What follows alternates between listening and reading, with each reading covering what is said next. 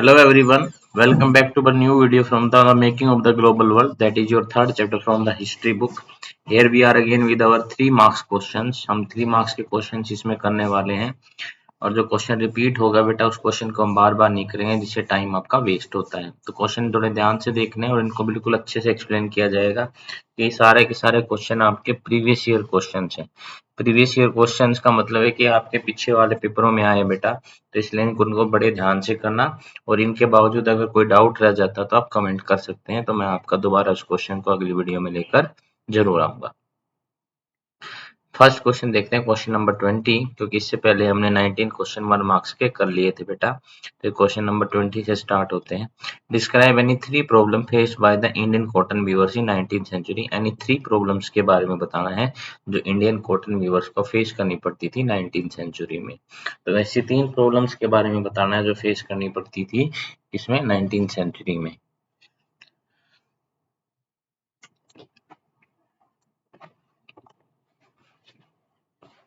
Earlier India was the main exporter of fine cotton. Early में जो India था बेटा वो क्या था, मेन एक्सपोर्टर था फाइन कॉटन का जो ब्रिटेन जाता था। But when the British cotton industry began to expand after industrialisation, लेकिन जैसे ब्रिटिश की कॉटन इंडस्ट्री जब वो एक्सपेंड होना स्टार्ट हुई, they put pressure on the government, उसने गवर्नमेंट के ऊपर प्रेशर लगाया to restrict the import of cotton of Britain, कि कॉटन ऑफ ब्रिटेन का रिस्ट्रिक्शन क्या कर दिया जाए बेटा, बंद कर दिया जाए। तो ये इंडियन के कॉटन वीवर्स के सामने एक मेजर प्रॉब्लम थी बेटा। तो India was the main exporter था किसका, फाइन कॉटन का, to Britain. But when the British cotton industries began to expand, जब वो एक्सपेंड हुई आफ्टर इंडस्ट्रियलाइजेशन के बाद, they put pressure on the government, government के ऊपर प्रेशर डाला टू रेस्ट्रिक्ट, की रेस्ट्रिक्ट कर दिया जाए the import of the cotton to the Britain. इसके साथ भारत का जो कॉटन जाता था बेटा, जो एक्सपोर्ट होता था, वो कॉटन अब बंद हो गया एक्सपोर्ट होना, क्योंकि अब वो हमारे लिए एक मेन मेजर प्रॉब्लम थी जो कि कॉटन वीवर्स थे बेटा। अब कॉटन उनका एक्सपोर्ट नहीं होता था due to the pressure of the government के कारण। As a result tariffs were imposed on the import of cotton cloth from India. और अब टैरिफ्स इम्पोज कर दिया गया किसके ऊपर, कॉटन क्लॉथ के ऊपर, जो कि आता था इंडिया से, which protected the local manufacturer in the Britain, किसको, जो प्रोटेक्ट करते थे किसको, लोकल मैन्युफैक्चरर जो थे बेटा ब्रिटेन में।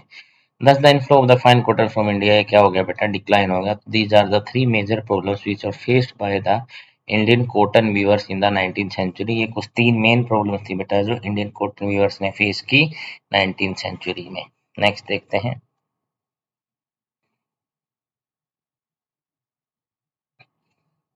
Explain how the first world war was to be horrible as a war like none other before. First world war तो बेटा बहुत ज्यादा हॉरिबल क्यों था, जैसा कि ऐसा आज तक नहीं हुआ था। Why it is said that there was no other war earlier like the first world war, जैसा कोई वॉर नहीं। स्टेट यानी 3 पॉइंट्स हमें उसके बताने हैं। तो क्या क्या था, the first world war which took place mainly in on economic and political stability which took over 3 decades to overcome. बेटा देखो फर्स्ट वर्ल्ड वॉर था बेटा, ये मेनली कब हुआ था बेटा, 1914 से 1918 तक। मैंने इसके बारे में आपको पहले वीडियोस में बताया भी है कि इस वॉर के मुख्य मेन रीजंस क्या क्या थे बेटा। एंड देखो had a perform impact on economic and political stability, दोनों ही खराब होगी बेटा, इकोनॉमिक की भी होगी और पॉलिटिकल भी होगी। Which to cover 3 decades to overcome, जिसको 3 decades लगे बेटा इस चीज से, इस प्रॉब्लम से ओवरकम करने में, इस प्रॉब्लम से सुधार करने में। The leading industrial nations of the world here कौन थे taking part, they wanted to harness the vast power of modern industry. वो हार्नेस करना चाहते थे, इस्तेमाल करना चाहते vast power of modern industries का from the greatest possible destruction से। Modern weapon like tanks, aircraft, machine guns, chemical weapon were use, इन सब का इस्तेमाल किया गया। Large ships and train were use to move the recruited soldier, और बड़े बड़े शिप्स को और ट्रेन को बेटा यूज किया गया रिक्रूटेड सोल्जर को क्या करने के लिए, उन सोल्जर को एक जगह से दूसरी जगह में पहुंचाने के लिए। अराउंड 9 मिलियन लोग डाइड हुए, 20 मिलियन इंजर्ड हुए, and the industries were restructured to produce war related good. और जो इंडस्ट्रीज थी बेटा वो क्या हो गया बेटा, रिस्ट्रक्चर हो गई to produce war related good, and also the societies were recognise for war, और सोसाइटीज को भी रिकॉग्नाइज किया गया वार के तरीके से। तो इस प्रकार हम कह सकते हैं कि ये जो वार था इसके 3 स्टेप्स थे बेटा, 3 ऐसे पॉइंट थे जिसे हम कह सकते हैं कि मोस्ट डिस्ट्रक्टेबल था, सबसे ज्यादा डिस्ट्रक्शन इस वार में ही हुई थी। एक बार दोबारा रिवाइज करते हैं, जो फर्स्ट वर्ल्ड वार था जो टुक प्लेस मेनली हुआ था यूरोप में बेटा 1914 से 1918 तक। प्रोफाउंड इम्पैक्ट था, प्रोफाउंड का मतलब होता है बहुत गहरा, उसको हम प्रोफाउंड बोलते हैं। Impact and economic and political stability के ऊपर विच वर द टिकेट और 3 डिकेट्स टू ओवरकम। इसको ओवरकम करने में कम से कम 3 डिकेट्स का टाइम लग गया बेटा। इसको ओवर करने में कितना टाइम लगा? 3 डिकेट्स के आसपास का टाइम लग गया। लीडिंग इंडस्ट्रियल नेशंस थे बेटा जो world were taking part, they wanted to harness the vast powers of modern industries को क्या करना चाहते थे? हार्नेस करना चाहते थे, उसका यूज करना चाहते थे। मॉडर्न वेपन लाइक टैंक्स का इस्तेमाल किया गया, एयरक्राफ्ट का, मशीन गन्स का, केमिकल वेपन्स का वर यूज, लार्ज शिप्स और train were use to move the recruited soldier. और जो सोल्जर रिक्रूटेड थे बेटा उनको मूव करने के लिए बेटा ट्रेन्स का और किसका? प्लेन्स वगैरह, शिप्स वगैरह का यूज किया गया। Around 9 million died and 20 million injured. 9 million तो डाइड हो गए बेटा, 20 मिलियन क्या हो गए? इंजर्ड हो गए। द इंडस्ट्रीज वर रिस्ट्रक्चर किया गया to produce the war related goods को प्रोड्यूस करने में। Also the societies were recognised for, और सोसाइटी को भी रिकॉग्नाइज किया गया वॉर की तरह।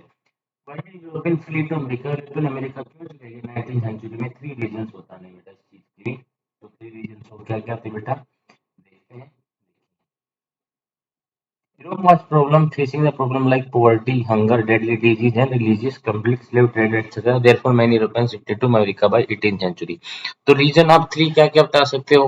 प्रॉब्लम्स थी किसकी? पॉवर्टी की और हंगर की number 1, deadly disease number 2, religious conflict number 3 और स्लेव ट्रेड नंबर 4। तो ये 4 हमारी क्या थी? मेन रीजन था जिसके कारण वो कहाँ पे फ्ली हो गए थे? यूरोपियन अमेरिका चले गए थे। To impact to protect their future, अपने फ्यूचर को सिक्योर करने के लिए वो इस जगह से दूसरी जगह पे चले गए थे। The relocation of industry to low wage country stimulated world trade and capital flow. बेटा जो रिलोकेशन हुआ इंडस्ट्री का लो वेज कंट्री में, उसने वर्ल्ड ट्रेड को और कैपिटल फ्लो को क्या किया बेटा?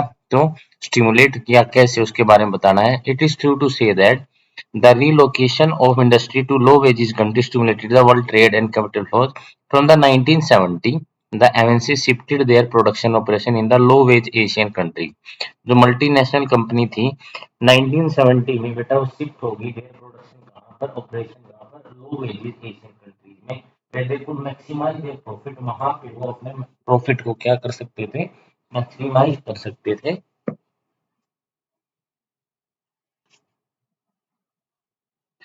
This step of the MNC again stimulated the world trade capital flow, जिसके कारण क्या हुआ बेटा? वो स्टिमुलेटेड वर्ल्ड ट्रेड को और कैपिटल फ्लो को क्या किया? वर्ल्ड फ्लो किया। तो यही था बेटा, क्योंकि वो लो, सीधा सा आंसर क्या है बेटा? लो जो एमएनसी थी, मल्टीनेशनल कॉर्पोरेशन थे बेटा, वो दोनों के दोनों क्या हो गए बेटा? वो वहां से शिफ्ट कर गए बेटा, वहां से कहाँ पे? लो वेजेस कंट्री में, जिसकी वजह से ताकि वो क्या कर सके? अपने प्रॉफिट को मैक्सिमाइज कर सके। अपने प्रॉफिट को मैक्सिमाइज करने का मतलब क्या था कि वहां पे वो क्या कर सकते थे? अपने प्रॉफिट को वहां पे कॉस्ट कम हो, क्योंकि वहां पे वो लो वेजेस कंट्री थी बेटा, तो वहां पे उनका प्रॉफिट क्या हो सकता था? मैक्सिमाइज हो सकता था।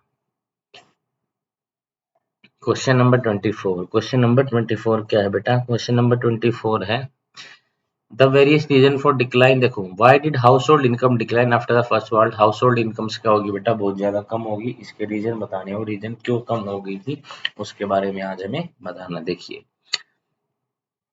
The large देखो, the various reasons for decline in the family income after the First World War were the large scale death and injuries in the First World War में जो large scale deaths और injuries हुई थी बेटा, उसने reduce the working age people को कम कर दिया, decline the family income को कम कर दिया, and women had to undertake job to run the family, और women को सारी jobs करनी पड़ी बेटा, क्योंकि मेंस की हालत जॉब करने के लायक नहीं रही। First world war led to an economic boom आया बेटा, जिससे large increase in demand increase हुई, प्रोडक्शन इंक्रीज हुआ, employment, but the production decrease and arid employment decrease when the war ended. लेकिन जब वार एंड हुआ बेटा, उस टाइम पर क्या हो गया बेटा? फर्स्ट वार ने तो इकोनॉमिक बूम लेके आया था, इंक्रीजिंग डिमांड हुई थी, लेकिन जैसे वो खत्म हुआ तो एक ग्रेट डिप्रेशन को फेस करना पड़ा, अनएम्प्लॉयमेंट आ गई और प्रोडक्शन डिक्रीज हो गया। When the war ended in the 1921 there was a huge job losses हुआ बेटा, बहुत सारी नौकरी चली गई। 1/5 of the British were cover out of job, और 1/5 मतलब अगर टोटल 5 है तो उनमें से एक बेटा ब्रिटिश वर्कर ने क्या कर दिया? अपनी जॉब को लॉस कर दिया। Again after the war eastern Europe revived the wheat production को रिवाइव किया। Due to this there was tremendous supply of wheat हुई बेटा वर्ल्ड मार्केट में, which resulted in falling price. जैसे प्राइस क्या हो गया बेटा? फॉल हो गया। Decline of the rural income, ये भी इनकम कम हो गई, और फेल इन डेप्ट हो गई, इसमें बढ़ गया बेटा, फेल इन डेप्ट में वो गिर गई बेटा। Describe the circumstancy responsible for the formation of G77। क्या था G77? ये था ग्रुप ऑफ 77। देखो मैं समझाता हूँ इसके बारे में क्या था। Developing countries were not benefited from the fast growing western economy. जो डेवलपिंग कंट्री थी उनको बेनिफिट नहीं हो रहा था फास्ट ग्रोइंग वेस्टर्न कंपनी से। सो दे ऑर्गेनाइज टुगेदर, ऑर्गेनाइज हो गए बेटा एक साथ, and formed A group of 77। और उन्होंने एक ग्रुप को फॉर्म किया जिसको क्या बोला गया बेटा 77, which is commonly refer to as G77 बोला गया। क्या बोला गया? G77। And demanded a new international economic order आया और एक नया नेशनल इकोनॉमिक ऑर्डर का निर्माण हुआ। Their demand for NIEO was to get the real control over the own natural resources के ऊपर क्या है बेटा? Control, development, assistance, fair price आया बेटा, रॉ मटेरियल आया, and access to the manufacturing goods को क्या है बेटा? एक्सेस आया in the market of the developed nations में, क्योंकि डेवलप्ड नेशंस की क्या थी बेटा? वो मार्केट थी। China become an attractive destination for the investment of foreign MNCs. China क्या हो गया बेटा? एक अट्रैक्टिव डेस्टिनेशन बन गया किसकी? इन्वेस्टमेंट का, फॉरेन एमएनसीज का, इन द 19th और 20th सेंचुरी में। जस्टिफाई द स्टेटमेंट, स्टेटमेंट को जस्टिफाई करना है। जैसे it is true to say that in 19th and 20th century, China became an attractive destination for investment by foreign MNCs के द्वारा। This is due to the following reason। क्या क्या reason थे? MNC shifted that their production unit to low wage countries like by the late 1870। MNC क्या हो गया बेटा? Shift कर दिया उन्होंने प्रोडक्शन यूनिट को लो वेज कंट्रीज में, जैसे चाइना, बाय द लेट 1870 तक। कब तक? लेट 1870 तक क्या कर दिया? उसको शिफ्ट कर दिया। Due to the highly skilled people in large number. अब हाईली स्किल्ड पीपल थे बेटा लार्ज नंबर्स में। It was easy to get the skilled labour. ये बहुत आसान हो गया बेटा स्किल्ड लेबर्स को गेट करना at low cost in China. China में लो कॉस्ट में। न्यू इकोनॉमिक पॉलिसी आई बेटा चाइना में, and better opportunity for the MNC. और एमएनसी को बेटर अपॉर्चुनिटी मिली मैक्सिमाइज करने की प्रॉफिट की। तो ये भी एक इम्पोर्टेंट रोल था। ये भी एक इम्पोर्टेंट रोल था जिसके कारण हम कह सकते हैं कि उनका एमएनसी का मेन डेस्टिनेशन कौन बन गया? चाइना बन गया। दोबारा पढ़ते हैं एक बार और। It is true to say that 1920 century में China become the attractive destination for investment. कैसे हुआ बेटा? देखो MNC shifted their production to low wage countries में चलेगी, जैसे चाइना, बाय द लेट 1870 तक। अब लो वेज में क्या होगा? हाईली स्किल्ड पीपल थे लार्ज नंबर में, easy to get the skilled labour. Skilled labour आपको मिल जाते थे लेकिन एट लो कॉस्ट में मिलते थे इन चाइना में। New economic policy in China, better opportunity for MNC to maximise the profit. Maximise कर दिया प्रॉफिट को, so that the maximise their profit also played an important role in this. इस प्रकार उसने क्या कर दिया? इंपॉर्टेंट रोल प्ले कर दिया। तो इस प्रकार हम कह सकते हैं कि इस तरीके से जो एमएनसी थी बेटा वो कहाँ पे शिफ्ट होगी बेटा? वो चाइना में शिफ्ट होगी। 77। How did the withdrawal of the US loan. Withdrawal जो हुआ यूएस लोन का during the phase of the great depression affect the rest of the world को अफेक्ट किया, इस तरीके से बताना है। इसको बताना है कि during the first world war the US finance through the loan से नंबर ऑफ कंट्री, एक नंबर ऑफ कंट्री को लोन दिया। The withdrawal of US loans affected the rest of the world. जो विड्रॉल किया बेटा यूएस ने, उसने affect किसको किया बेटा? वर्ल्ड को। इन फॉलोइंग थ्री वेज में किया। फर्स्ट क्या था? It cause the failure of some major bank. तो मेजर बैंक फेलियर हो गया बेटा। Collapse of currency in Europe, और यूरोप में करेंसी क्या कर गई? कोलैप्स कर गई। The bank in US slashed domestic lending and called back loans because many households were unable to repay the loan। लेकिन बहुत ज्यादा हाउस होल्ड ऐसे थे जो रीपे नहीं कर पाए अपना लोन को, due to the decline in the sale of agriculture product. क्योंकि डिक्लाइन हो गया था किसका सेल बेटा? एग्रीकल्चर प्रोडक्ट का सेल क्या हो गया था? डिक्लाइन हो गया था। थर्ड पॉइंट आता है collapse of the business. Collapse हो गया बेटा किसका? बिजनेस का, और फॉलिंग इनकम का। विच finally result in the collapse of the US banking system to protect its economy। इस प्रोटेक्ट करने के लिए इकोनॉमी को US double the import duties को क्या कर दिया? डबल कर दिया। It's led to the another land severe blow to the world trade. और एक अनदर सेवरे आया। सेवरे का मतलब होता है प्रॉब्लम आई बेटा, blow to the world trade को। तो देखो मैं दोबारा एक बार और रिपीट करते हैं इसको।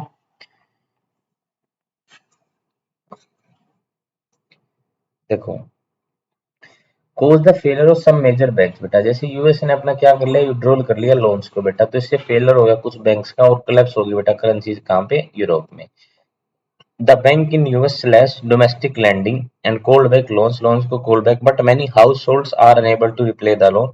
लेकिन बहुत ज्यादा घर ऐसे थे जो लोन को रिपे नहीं कर पाए, and loan due to the decline in the sale of agriculture products. किसकी सेल के कारण बेटा? एग्रीकल्चर प्रोडक्ट्स की सेल के कारण।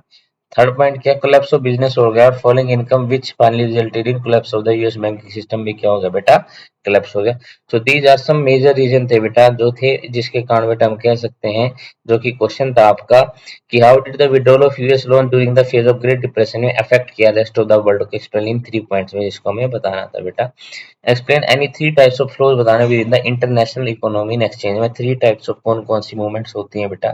देखो, flow of trade in which there was large scale trade of goods such as clothes and foodstuffs बेटा। देखो, एक तो होती है flow of trade in which there was large scale trade होता है गुड्स का, सच एज क्लोथ्स हो गए और फूडस्टफ्स हो गए बेटा, तो ये होता है। सेकंड में क्या होता है, फ्लो ऑफ लेबर होता है, flow of labour in which people migrated from one place to the another in large numbers in search of employment, जब बहुत सारे लोग एक स्थान से दूसरे स्थान पर जाते हैं फॉर किसकी, नौकरी की तलाश में बेटा, किसकी सर्च में बेटा, जॉब की सर्च में, that is known as flow of labour बोलते हैं।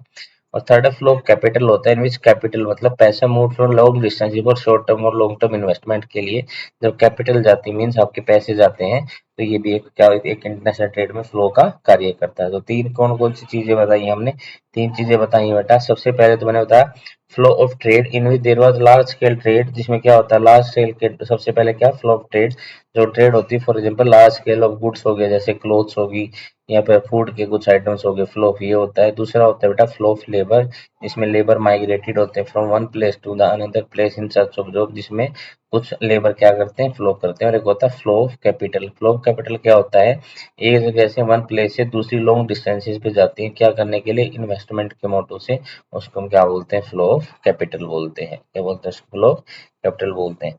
How did technology help to solve hardship of food, technology ने कैसे हेल्प की to solve hardship of food availability throughout the world in the late 19th century, explain with example के साथ उसको बताना है कि टेक्नोलॉजी ने किस तरीके से हेल्प की थी। Why was the impact of technology on food availability, ये क्यों इम्पैक्ट हुआ बेटा टेक्नोलॉजी का ऑन फूड अवेलेबिलिटी के ऊपर, उसके बारे में भी हमें बताना है। देखिए, railways, port, harbors and settlements were developed in America and Australia for the smooth supply of foodstuffs के लिए बेटा, किसके लिए, foodstuffs के लिए। Why the impact of technology on food availability, क्या था बेटा food availability के लिए क्या impact था, देखिए। Railways, port, harbors and settlements were developed in America and Australia for the smooth supply of foodstuff की क्या होती थी, स्मूथ सप्लाई होती थी। देखो, सबसे पहले बेटा क्वेश्चन को पढ़ना जरूरी होता है कि जो इम्पैक्ट था ना टेक्नोलॉजी का फूड की अवेलेबिलिटी के ऊपर क्यों था, किस तरीके से था, उसके बारे में बेटा हमें बताना है। देखो, और दूसरा क्या था बेटा, इसके ऊपर भी यही था है किस तरीके से टेक्नोलॉजी ने सोल्व की हार्डशिप ऑफ गुड अवेलेबिलिटी की हार्डशिप को थ्रू द वर्ल्ड में इन द लेट 19th सेंचुरी में, उसके बारे में बताना है। देखिए, railways, port, harbours and settlements were developed in America में रेलवेज को या पोर्ट्स को, हार्बर्स को, सेटलमेंट्स को क्या किया गया, डेवलप्ड किया गया। एंड ऑस्ट्रेलिया में for the smooth supply of food stuff की हो सके from the industrial raw material से बेटा, कि रॉ मटेरियल्स आपके इंडस्ट्री में आएंगे और रॉ मटेरियल का क्या होगी, प्रोसेसिंग होगी और उनको फूड आइटम्स में कन्वर्ट कर दिया जाएगा। अब दूसरा काम रहता है कि फूड का प्रोडक्शन तो हो गया, अब बात आती है ट्रांसपोर्टेशन की, क्योंकि एक इंडस्ट्री की जगह सारी चीजें अवेलेबल नहीं हो सकती ना, लोगों की नीड अलग अलग एरिया पे, अदर प्लेसेस पे होती है। तो अब हमारे जो प्रोडक्ट हमारे बनकर तैयार है बेटा, उनको हमें क्या करना होता है, एक्सपोर्ट करना होता है, जिसमें आती है बात ट्रांसपोर्टेशन की। तो इसीलिए रेलवेज को, पोर्ट्स को या फिर हार्बर्स को, सेटलमेंट्स को, सबको क्या किया गया, डेवलप किया गया अमेरिका में और ऑस्ट्रेलिया में। Number 2, to solve the problem of this meat trade, refrigerated ships were developed किए गए बेटा, मीट को, जो फ्रोजन मीट होता है उसकी ट्रेड करने के लिए रेफ्रिजरेटेड शिप्स को लाया गया और carrying these for longer distance के लिए, ताकि अगर हमारा रेफ्रिजरेटर में रहेगा तो वो खराब होने वाला नहीं है, उसको हम फ्रोजन बोलते हैं। उसको फ्रोजन का मतलब है सारे कीटाणु उस टेम्परेचर पर मर जाते हैं जो उसको सड़ा सकते हैं बेटा। Animal were slaughtered at the starting point पे, एनिमल को स्लॉटर किया गया, then transported as frozen meat को टू यूरोप में, which solve the problem of space की प्रॉब्लम को, शिपिंग की कॉस्ट की प्रॉब्लम को, और price of the meat in the European market में इसको सोल्व कर दिया। As the price of the meat reduce हुआ मार्केट में, European poor could also consume butter, eggs and meet को क्या कर सकते थे बेटा, वो कंज्यूम कर सकते थे, which help in the living condition, जिसमें लिविंग कंडीशन में हेल्प हुई। और लिविंग कंडीशन में हेल्प हुई तो उसके साथ साथ बेटा क्या हुआ, उसके साथ साथ सोशल पीस भी आया बेटा कंट्री में। तो देखो क्या बताया इसने, इसमें क्या बताया गया, पूरे क्वेश्चंस को मैं दोबारा रिपीट करता हूँ, समझाता हूँ आपको। सबसे पहले तो अमेरिका और ऑस्ट्रेलिया में रेलवेज को और या फिर आप ट्रांसपोर्टेड वगैरह को, इनको रेलवे को सबको डेवलप किया गया। क्योंकि वहाँ इन्होंने क्या किया, क्योंकि जैसे जहाँ पे रॉ मटेरियल के साथ प्रोडक्शन होगी इंडस्ट्री में, अब उसका ट्रांसपोर्टेशन करना है। अब ट्रांसपोर्टेशन या तो आप रेलवे के द्वारा कर सकते हो या शिप्स के द्वारा कर सकते हो। तो अगर आप शिप डेवलप्ड हो गए तो ट्रांसपोर्टेशन में सुधार आया। अब ट्रांसपोर्टेशन अच्छा हुआ तो अब आप फूड के मटेरियल को एक स्थान से दूसरे स्थान पर पहुंचा सकते हो। दूसरी बात, रेफ्रिजरेटरी शीप्स का भी क्या किया गया बेटा, इन्वॉल्वमेंट है, इनको भी डिस्कवर किया गया, उनका भी इन्वेंशन किया गया, ताकि एक स्टार्टिंग पॉइंट पे किसी भी पशु को स्लॉटर किया और मीट को फ्रोजन कर दिया और दूसरे देशों तक पहुंचा दिया। अब ये सारा फ्रोजन मीट जाता था तो इस चीज के प्राइस भी क्या थे बेटा, कम थे। अब इसके प्राइस बेटा कम थे तो ये अवेलेबल हो गया, जो वहां पे यूरोपियन में लोग थे ना, पुअर पीपल्स थे, तो बटर, एग और मीट भी उनके लिए क्या हो गया बेटा, अवेलेबल हो गया। इस तरीके से वो इसको कंज्यूम कर सकते थे और जिससे कंडीशन और क्या हो गई बेटा, हमारी सुधर गई। और ये सारा सोशल पीस भी आया और फूड की स्टेशन को भी इस तरीके से टेक्नोलॉजी ने फूड की जो प्रॉब्लम है उसको भी क्या कर दिया, कम कर दिया बेटा। ब्रिटिश इकोनॉमी पर इम्पैक्ट क्या था फर्स्ट वर्ल्ड वॉर का, उसके बारे में बताना है बेटा। The first world war which took place mainly in the Europe in 1914 to 1918 have a profound impact था बेटा। ब्रिटेन के ऊपर क्या था, large scale death and injuries in the first world war में। एक तो था लार्ज स्केल डेथ हुई बेटा, इंजरीज हुई बेटा फर्स्ट वर्ल्ड वॉर में। Reduce the working age of people को क्या कर दिया बेटा, कम कर दिया। और डिक्लाइन द फैमिली इनकम क्या होगी बेटा, डिक्लाइन होगी। And the women had to undertake job to run the family. और वुमेन्स को क्या करना पड़ा बेटा, अंडरटेक करना पड़ा, जॉब्स को लेना पड़ा, क्या करने के लिए, अपने पालन पोषण करने के लिए अपने परिवार का। During the first world war the US become the international creditor from being international debater बन गया। इंटरनेशनल क्या था, क्रेडिटर था, उसके बाद क्या बन गया, डिबेटर बन गया। Because to finance the war Britain borrowed huge sums of money, को क्या किया, बोरोड किया फ्रॉम द यूएस बैंक से और यूएस पब्लिक से बेटा। तब क्या हो गया बेटा, इसीलिए यूएस क्या था, वह US become the international creditor हो गया फ्रॉम बीइंग इंटरनेशनल डिबेटर से, क्योंकि ब्रिटेन को क्या लेना पड़ा, ह्यूज सम्स ऑफ मनी को लोन पे लेना पड़ा, किससे बेटा, अमेरिका के रिसोर्स का फायदा हुआ। The debt mounted, thus Britain was not able to produce goods and exports। इस प्रकार ब्रिटिश डेब्ट थे बेटा, उनके पास पैसे इतने ज्यादा नहीं थे, तो इसलिए एक्सपोर्ट में उनका क्या हो गया, कम हो गया। तो दो ही है बेटा, एक अगर आप देखो जान और माल की हानि बोलते हैं ना, अगर आप देखोगे ह्यूमन की डेड बॉडीज के बारे में सोचोगे तो मिलियंस की जानें गई, इंजर्ड हुई, और सारी जो जिम्मेवारी थी बेटा वो किसके ऊपर आ गई, वुमेन्स के ऊपर आ गई। तो फैमिली को रन करने के लिए जो किसको करनी पड़ती थी, वुमेन्स को करनी पड़ती थी। दूसरा, अमेरिका एक इंटरनेशनल क्रेडिटर में चेंज हो गया इंटरनेशनल डेबिटर से, क्योंकि जो आपका ब्रिटेन था बेटा, उसने उसने बहुत सारे ह्यूज सम को क्या किया, बोरो किया, ताकि वो उसका एक्सपेंसिस किस में लगा सके बेटा, वॉर में लगा सके। तो ये बेटा चेंज आया बेटा आपके ब्रिटिश की इकोनॉमी में बेटा। डिस्क्राइब द कैनल कॉलोनीज, क्या होती है बेटा, a network of irrigation canal was built in India में। एक नेटवर्क ऑफ इरिगेशन कैनल्स को बनाया गया पंजाब रीजन में for converting semi arid wasteland को फर्टाइल कल्टीवेबल लैंड्स में कन्वर्ट करने के लिए। The Punjab settle near the canal व the other parts of Punjab बेटा। पीसेंट क्या होगा बेटा, सेटल हो गया नियर द कैनल के नियर में, from the other parts of Punjab से, कहां से, अदर पार्ट्स ऑफ पंजाब से। Thus the area was called canal colonies, उसको क्या बोला गया बेटा, कैनल कॉलोनीज बोला गया। तो इस प्रकार हम कह सकते हो कैनल की क्या थी, कॉलोनी थी बेटा। Effect of abolishing the corn laws बेटा। अब कॉर्न लॉज को किसने इम्पैक्ट किया था बेटा, आपको पता है, मैं पहले बता चुका हूं। तो अब ये बताना है, अब इसको अबोलिश कर दिया गया, अब इसको अबोलिश कर दिया गया तो इसके इफेक्ट्स क्या क्या पड़े उसके बारे में बताना है बेटा। According to the corn laws Britain, the government restricted the import of the corn. Government ने किसको इंपोर्ट करना बंद कर दिया था बेटा, कॉर्न को, जिससे इंक्रीज कर दिया price food of item in Britain में। इंडस्ट्रियलिस्ट एंड अर्बन डेवलपर ने फोर्स किया गवर्नमेंट को to abolish the corn laws, को क्या किया जाए, अबोलिश किया जाए। अब अबोलिश हुआ कॉर्न लॉ तो was responsible for the movement of people to the cities and overseas because the imported corn was cheaper था, which the British farmer were unable to compete as a result they either left the cultivation, या तो उन्हें left कर दिया cultivation को, या thrown out the farm, farm को thrown out कर दिया, छोड़ दिया बेटा। तो ये इम्पैक्ट हुआ था अबोलिशन ऑफ किसको करने से, कॉर्न लॉज को अबोलिश करने से। देखो क्या बोल रहा है कि पहले तो कॉर्न लॉ को क्या किया गया, इम्प्लीमेंट किया गया, इम्प्लीमेंट करने से फूड के आइटम बढ़ गए। तो अब इम्प्लीमेंट करने के बाद फूड के जब आइटम्स आपके इंक्रीज हुए, तो इंडस्ट्रियलिस्ट थे ना बेटा, जो अर्बन डेवलपर्स थे, उन्होंने फोर्स किया किसको, गवर्नमेंट को, टू अबोलिश कॉर्न लॉ को क्या किया जाए, अबोलिश किया जाए।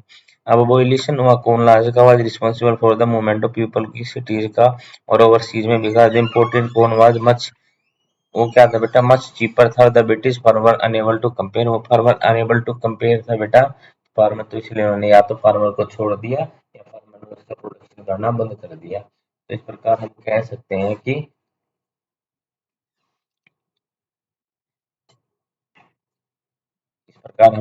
हैं कि इस तरीके से इसने क्या कर दिया बेटा, अबोलिशन कर दिया, किसको, अफेक्ट्स को क्या कर दिया, अबोलिश कर दिया। अब आगे चलते हैं। When was the Bretton Woods Conference convened? State the main aim of the conference. Main aim बताना है कॉन्फ्रेंस का बेटा, क्या था बेटा, उसके बारे में बताना है। तो उसके बारे में बताना है क्या, देखो, according to the effect of the what was the Bretton Wood conference, क्या थी बेटा, उसको कन्वर्ट कैसे किया गया था। तो framework preserving the economic stability, the full employment was agreed upon the UN monetary and financial conference which was held in 1944। कब हेल्ड हुई थी बेटा, 1944 में, जुलाई में, at Bretton Woods in New Hampshire में हुई थी। The Bretton Wood twins on the Bretton Wood institutions are International Monetary Fund थे बेटा, जिसकी हुई थी, इस कमेंसिंग फाइनेंशियल ऑपरेशन स्टार्ट हो गए 1947 में। तो दीज टू इंस्टीट्यूशंस, तो इस प्रकार हम कह सकते हैं कि 1947 में कितने हुई थी बेटा, तो वो उस तरीके से हम कह सकते हैं कि ब्रेटन वुड्स सिस्टम का था, इंटरनेशनल मॉनेटरी फंड का कब हुई थी, की स्थापना 1947 में हुई थी। दो these two institution were control by the two western industrial powers के द्वारा ये कंट्रोल किए जाते थे। US has right of veto over की डिसीजन के ऊपर, यूएस का क्या था बेटा, राइट था वीटो का। IMF was established by Bretton Woods conference, ये पहले भी बता चुका हूँ कि ब्रेटन वुड्स को कॉन्फ्रेंस को किसने किया था बेटा, ये किया था बेटा आईएमएफ ने किया था, और जिसके जो थी एक्सटर्नल सरप्लस थे and deficit the members countries के, whereas the World Bank was set up to finance the post-war reconstruction। तो Bretton Woods system was based on fixed exchange rate, किसके ऊपर एक्सचेंज रेट था, ब्रेटन वुड किसके ऊपर था बेटा, फिक्स एक्सचेंज रेट्स के ऊपर क्या था, वो ब्रेटन वुड था। और इस प्रकार हम बोल सकते हैं कि डॉलर भी क्या था बेटा, एक फिक्स रेट ऑफ एक्सचेंज के रूप में इस्तेमाल किया जाता था। तो इस प्रकार हम बोल सकते हैं कि ब्रेटन वुड जो सिस्टम था बेटा, उसकी जो स्थापना थी वो किसने की थी, उसकी स्थापना की थी किसने, आपके आईएमएफ की स्थापना किसने की थी, ब्रेटन वुड सिस्टम ने की थी। ट्रेड सरप्लस क्या था, ट्रेड सरप्लस होता है बेटा जो बच जाता है। Trade surplus is a condition in which the value of export exceed the value of import. Earlier India was the main exporter of fine cotton of Britain, but when the British cotton industry began to expand, जब expand होना start हुई, तो after the industrialization they put pressure on the government के ऊपर, क्या डाला बेटा, इन्होंने प्रेशर डाला और रेस्ट्रिक्ट कर दिया बेटा किसको, इम्पोर्ट ऑफ ब्रिटेन के कॉटन को। एज ए रिजल्ट टैरिफ क्या हो गया बेटा, इम्पोज कर दिए गए कॉटन क्लोथ्स के ऊपर। और India was which protected the local India which means that valuability export of India was more than the valuability से बेटा। तो इस तरीके से हम बोल सकते हैं कि ब्रिटिश का क्या था बेटा, एक ट्रेड सरप्लस था, और उनको खत्म करने से कारण क्या हो गया, उनके खत्म करने से क्या होगा बेटा, हमारा ट्रेड का सरप्लस हुआ। और टैरिफ्स अगर देखो इंपोर्ट बंद हो जाएगा तो टैरिफ्स ऑटोमेटिक क्या हो जाएंगे बेटा, इंक्रीज हो जाएंगे, वो क्या हो जाएंगे, ऑटोमेटिक इंक्रीज हो जाएंगे। Arrival of most of African had a literary region work, ये हम पीछे आपका क्वेश्चन हम कर चुके हैं बेटा। अबोलिशन ऑफ कॉर्न लॉ भी आपका हो चुका है। डिस्ट्रक्शन को during the Second World War में क्या हुआ था बेटा, Second World War took place then 1939 में to between 1945 axis power which include Nazi Germany Japan and Italy and allies आते क्या थे, include Britain France Soviet Union and US. 60 million people were killed हो गए थे and millions were injured in this war. Civilian deaths are more than soldiers थे बेटा, civilian ज्यादा मरे थे इसमें बेटा और दूसरे वाले कम। तो इसने मैनी यूरोपियन कंट्रीज को, रेशियन को क्या कर दिया, डिस्ट्रॉयड कर दिया ड्यू टू द एयर बोmbardment के कारण एंड द आर्टिलरी अटैक्स के कारण, इसको क्या कर दिया गया था बेटा, इसके ऊपर अटैक हुए थे। This war cause great social and economic fracture हुआ। This post war reconstruction was long and difficult था बेटा। How the food problem solved in Britain after scrapping the corn laws, बेटा किस तरीके से बेटा ये फूड प्रॉब्लम सोल्व हुई थी ब्रिटेन में। The abolition of corn laws was responsible for the movement of people to the city, movement कहाँ पे हो रही थी बेटा, सिटीज में। पहले आ चुका वैसे, फिर भी मैं आपका करवा देता हूँ इसको एक बार जल्दी जल्दी। The British farmer were unable to compete, as result they either left the cultivation को छोड़ दिया या फिर थ्रोन आउट कर दिया। Consumption of food crop froze in Britain due to the fall in the price के कारण बेटा, the food import increase due to the higher income के कारण क्या हो गया बेटा, वो क्या हो गया, फूड इंपोर्ट इंक्रीज हो गया। The increase demand of food crops in Britain was fulfilled by countries in western Europe. किसके द्वारा कंट्रीज की गई थी, किसके द्वारा कंप्लीट की गई? वेस्टर्न यूरोप के द्वारा और एशिया, अमेरिका और ऑस्ट्रेलिया के द्वारा। Where the lands were cleared by the expansion of the food grain production. और फूड गेन प्रोडक्शन के साथ वो क्या हुई बेटा? एक्सपेंड हुई। तो ये थे बेटा आपके 3 मार्क्स के question which our previous year question, जो आपके पिछले ईयर्स के पेपर्स में आए हैं। तो इस तरीके से हमारे 3 मार्क्स के क्वेश्चन खत्म होते हैं। That is the last question. अब 39 से हम 5 मार्क्स के क्वेश्चन को स्टार्ट करेंगे और उसके साथ हमारे PYQ क्या हो जाएंगे? कंप्लीट हो जाएंगे। Thank you very much to attend this session. इसके बावजूद कोई क्वेश्चन ऐसा है जो आपको समझ में नहीं आया है, आपका डाउट क्लियर नहीं हुआ है, तो आप कमेंट में बता सकते हैं। मैं उन क्वेश्चन को जरूर आपका नेक्स्ट वीडियो में लेके आऊंगा। Thank you to attending this session. Have a nice day.